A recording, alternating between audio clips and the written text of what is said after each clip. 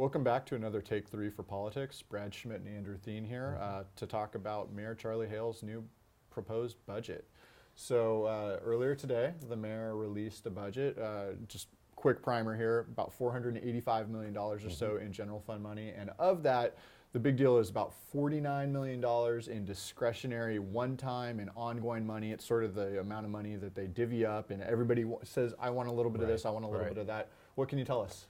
Well, anyone who's been paying attention to Portland politics for the last year should come as no surprise that transportation funding was a big part of the mayor's proposal.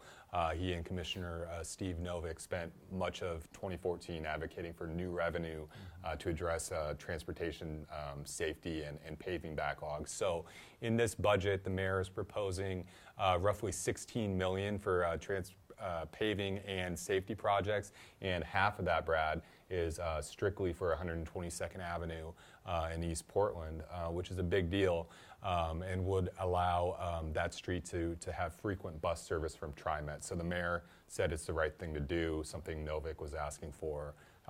That's kind of the big takeaway from the budget. Okay, and so we were in East Portland today for his announcement. And there was it's not just 122nd transportation. There's some other East Portland goodies. Right. So we were at the East Portland Community Center on 106th, and the mayor chose that for a number of reasons.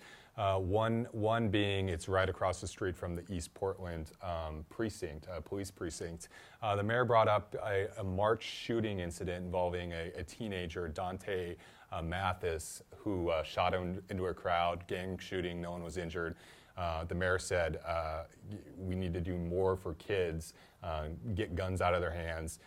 One answer that he has is a $2 million program that he's pretty excited about that would open up 4 community centers 40 times a year on Saturdays for kids 18 and under. It'd be free. $2 million, the mayor said we need to get kids and do more programs in the city and off the streets. So that's one thing he's looking at. Obviously, a lot of funding proposals. We're still unpacking this stuff, but housing was a big component of this as well.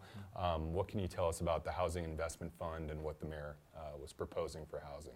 Yeah, Commissioner Dan Saltzman had proposed a housing investment fund that essentially would allow the city to pay for affordable housing projects outside of urban renewal areas. Urban renewal areas have their own funding stream, and so it's a very easy thing to do there. So this would be $5 million to help subsidize outside of those areas.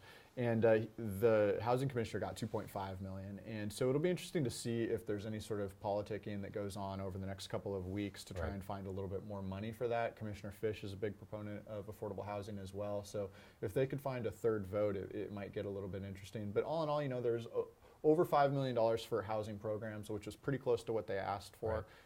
You know, the mayor's got a tough job trying to, even in a surplus year, trying to keep everybody happy. Lots of tough decisions. The budget process lasts a few more weeks. This is just a proposal. We'll keep covering it before the June 18th vote. And this has been another Take 3 for Politics.